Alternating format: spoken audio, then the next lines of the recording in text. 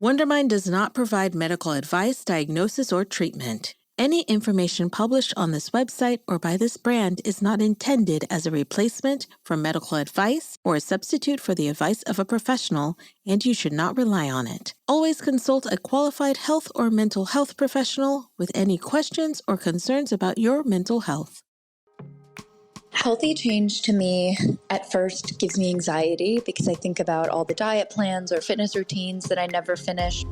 I think of green juice and waking up at 4 a.m. And I have zero interest in either of those things. A healthy change is almost a deeper and bigger change than just choosing a banana or choosing a cookie.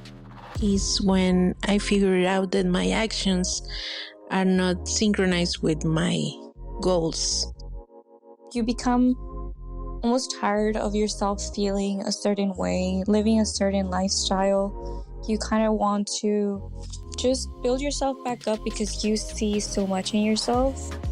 So I need to make a change to be able to reach my goals, not just because someone is telling me, because I want to be better for myself. And it's time for you to just start doing something new. So you start stepping out of that shell and start feeling like, let me take baby steps. It's a movement. It's a life change. It's a lifestyle. It's a way to approach life. This week on Baggage Drop, we're getting deeper into reflecting on healthy change. And we'll give you some tips and techniques for keeping that momentum moving forward long after we've worked together here. I'm Dr. Nina Polyné. I'm a clinical psychologist and member of Wondermind Advisory Committee, and I'll be hosting your final week of Baggage Drop.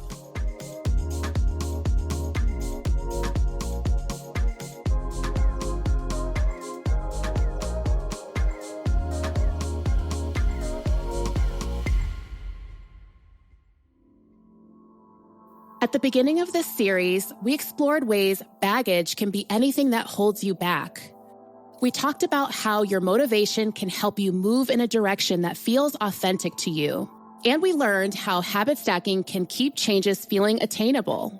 We're going to use this final stretch to reimagine our concept of growth.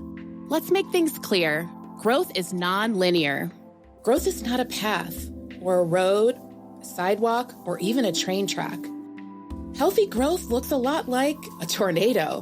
But for a little less scary metaphor, let's consider growth a spiral, one that's tighter at the bottom and wider, looser at the top.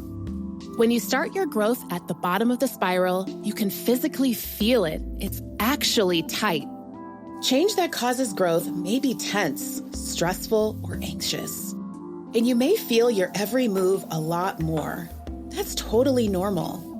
But the key to the spiral is, as you level up, closer to the top, the spiral swirls broaden. Similarly, your choices seem to have more room to breathe, causing less discomfort in your life. You'll notice, moving up the spiral, that the experiences that used to hold you back don't have as much power in keeping you stuck. Pretty cool for something that looks like a tornado, right? On that whirlwind, I want to note here that there will be setbacks. Okay, so hear me out. The reason each level of the spiral is round is so that we can remember setbacks are a normal part of growth and the human experience. I'd probably be very curious if someone told me they were experiencing 0 setbacks. It's not the most comfortable experience, but a shared one among us. I have them too. Setbacks are a normal part of the process of learning new things. In the time of our life where we learn the most things, we're children with a very high curiosity and a very high tolerance for trying something again and again. And when we go at it from an adult mind, we think we should be able to do it right away. But in fact, it's something new. And so we should have more tolerance for, glitches, messing up.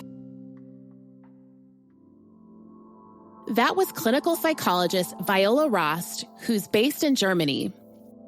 Taking 2 steps back is a common part of our experience as humans. Use it as information. You now have more knowledge about how to face similar situations in the future with more confidence. And that's growth. So even if you're trying extra hard and still find yourself challenged by something you were trying to leave in the past, give yourself a minute. And then try to focus on what motivates you to achieve your goal. Practicing self-compassion is key. Dr. Kristen Neff, an associate professor of educational psychology at the University of Texas, Austin, has been a pioneer on the topic. Her research has found that those who practice self-compassion benefit from emotional well-being, successful pursuit of their goals, and resilience when goals aren't met. Let's hear what the Wondermind community shared with producer Pia Glenn about their own self-compassion and how it relates to motivation. How do you energize or motivate yourself through a challenge? I think having small, more achievable goals than like a big goal. So instead of saying I'm going to start running so I can run a marathon, it's like, you know what, I'm just going to walk to the pier and back to my house. I think by having a reward or something to look forward to, like a light at the end of the tunnel, like if I work out, then, afterwards, maybe I read a nice book in bed or something, that I really enjoy. Probably prayer, read the Bible, journal, glass of wine, do some self-care, facial or, massage, something like that. Ooh, love it. And how do you motivate someone else, a friend or a family member, when they're facing a challenge? I try to send them good vibes. I don't know, encouragement. Probably text, via text. Yeah. How about you? Remind them that they can do it, just positive words and encouragement for them. I'm not trying to shove anything down their throats. I'm just trying to be an example, a silent example. Because being a preacher, it's not working well with people, at least people that are around me. Mm-hmm. So I think being a silent example. It takes practice for sure. It is tough to just be oh, I'm not going to listen to those negative thoughts. Because if it's something that you're repeating to yourself over and over, it's hard to break that cycle, but you really just have to mindfully okay, I gotta keep going. You have to be conscious of it before it's a habit. Motivation, whether it's internal or external, will help you stay encouraged during any backsteps you encounter. Obviously, feel your feelings and check in with your body. Oh, that's so frustrating. Or, I'm so nervous and my stomach is in knots. But also, talk to yourself with compassion. Don't worry too much about what that means right now. We'll dive deeper into effective self-talk in our next episode. So in our first exploration of the growth spiral, let's try this exercise. Take a moment to think about the goals you've set for yourself. And picture all the ways you've kept those goals aligned with your why. Now write or picture in your mind's eye all the steps you've taken to move forward. Nothing is too small. Even partial steps should be celebrated. Yes, getting up and out of bed, showing up, and listening to this podcast can count as 3 steps. Every step, big or small, toward your growth and wellness is a great one, and you are deserving of celebration, honey child. Now, I want you to reflect on the qualities within yourself that helped you achieve those goals.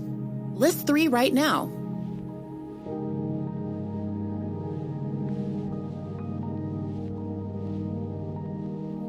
Those qualities are known as your resilience factor. We all got them. Celebrate your wins. Celebrate your resilience. Be generous with yourself. Reflection is key when you're on your growth spiral. And if you'd like, share these lists, words, or ideas with someone you're close to.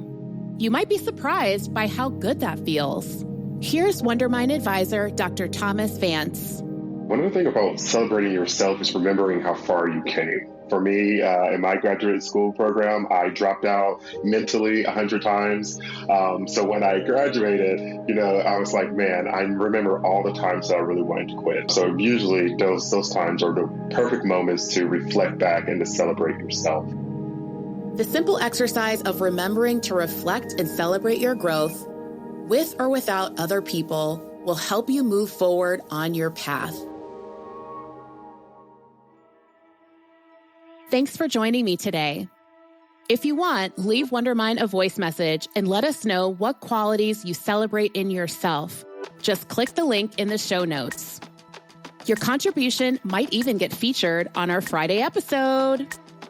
Tune in on Wednesday for our next episode of Baggage Drop.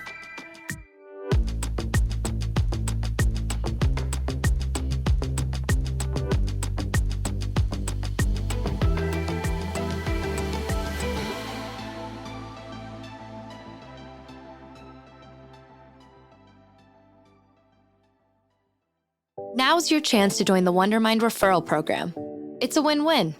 Simply invite your friends to subscribe to our newsletter with your unique referral code found at the bottom of every Wondermind newsletter and get access to exclusive Wondermind content and merch. Everything from a Sunday Scary Survival Kit to a Wondermind Dad Hat and access to the Wondermind Ambassador Program. You won't want to miss out. Head to sharingiscaring.wondermind.com to learn more and start racking up those rewards today.